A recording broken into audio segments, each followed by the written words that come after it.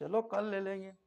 अब अपने को 4.3 प्रश्न वाली में प्रश्न क्रमांक 2 के का मान ज्ञात कीजिए, उसके दो बराबर मूल हो तब।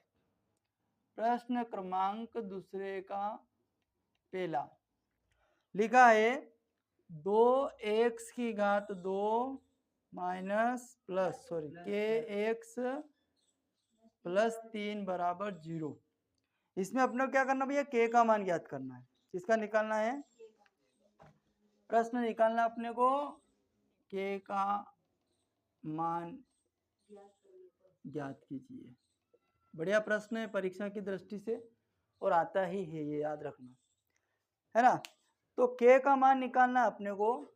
तो पहले शुरुआत अपन करते हैं, हल लिखते हैं। हल तो अपने को लिखना ही है। समीकरण लिखते हैं, दिया है मैं क्या दे रखा है, समीकरण लिख लो, दिया है 2 प्लस के एक्स प्लस 3 बराबर आपका है 0। इसको आप इस समीकरण की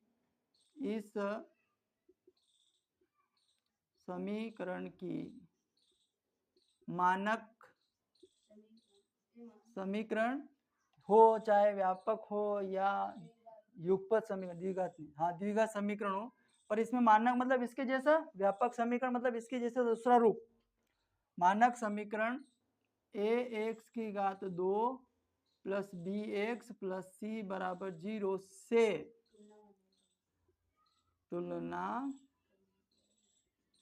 करने पर, तुलना करेंगे तो तब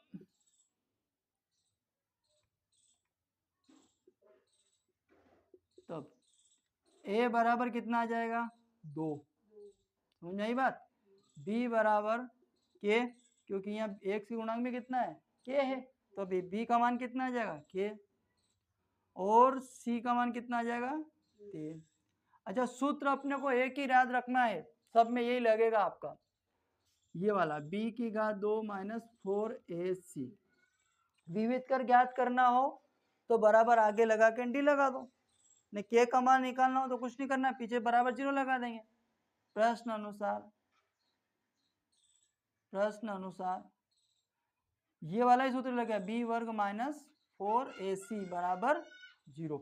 अपन ने विविध कर में क्या करा था, डी आगे लगाया था, बराबर लगाया था, तो डी हट जाएगा। जब मूलों के आप किसी के का मान निकालो उस समय क्या करना है अपने को, इसका आगे बराबर डी नहीं लगाना अपने को, तो ये आ जाएगा बी वर्ग माइनस 4ac।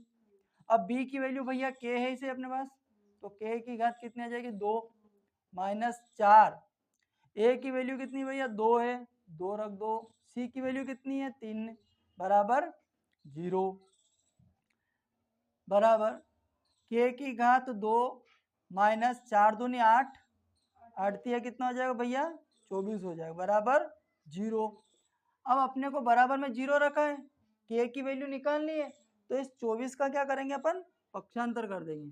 तो k का वर्ग बराबर, ये 24 पक्षांतर होंगे, इधर ऋण के हैं, बराबर से इधर आएंगे तो प्लस के कितने आ जाएंगे 24, प्लस के 24 आ गए।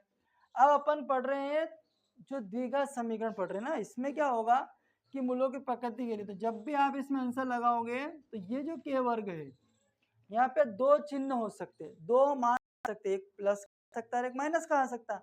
तो अपन क्या करेंगे, इस करनी की घात हटाते हैं, तो इधर प्लस माइनस अंडर रूट के अंदर कितने लिख देते अपन 24, क्योंकि अपने को पता है कि जब भी इधर वर्ग हटता है तो अपने को करनी में लिखना पड़ता है, और प्लस माइनस के आंसर प्लस के भी हो सकते हैं और माइनस के भी हो सकते हैं।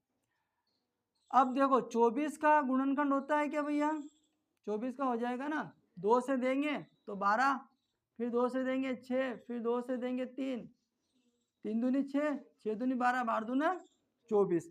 अब जोड़ा कितने का बनता है, करनी में संख्या होती है 2 का जोड़ा बनता है, क्योंकि करनी का मान कितना होता है 2 होता है।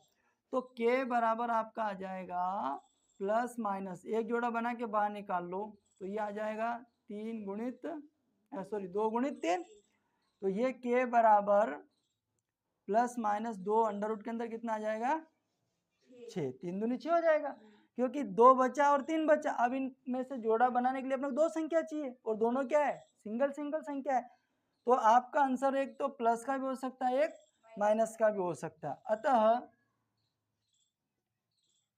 k का अभिष्ट मान के बराबर प्लस माइनस अंडर रूट के अंदर 6 होगा। ठीक है, अब आप इसको अलग अलग भी लिख सकते हैं, या करके अपन इसमें एक बार के बराबर, हाँ पर अपने को लिखना नहीं है, प्लस के 2 करनी 6 और के बराबर माइनस 2 करनी 6, ये भी लिख सकते हैं अपन, है ना। अलग अलग भी करो तो ठीक है, नहीं करो तो कोई दिक्कत नहीं, अपने को अलग अलग ही नहीं करना, रहने दो ऐसा ही।